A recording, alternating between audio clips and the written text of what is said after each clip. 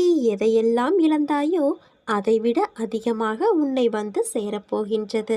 நீ வாழ்வில் முன்னோக்கி மகிழ்ச்சியாய் செல்லும் காலம் வந்துவிட்டது. நம்பிக்கையோடு நான் கூறும் வார்த்தைகளை பின்பற்று.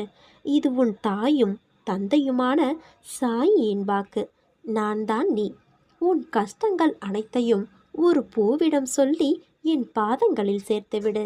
நான் அதை ஏற்றுக்கொண்டு என் பிள்ளையை அந்த பிரச்சனையிலிருந்து காப்பாற்றுவேன். கண்ணால் காண்பதும் பொய், காதால் கேட்பதும் பொய், தீர விசாரிப்பது மெய் என்பது உனக்கு தெரியாதா?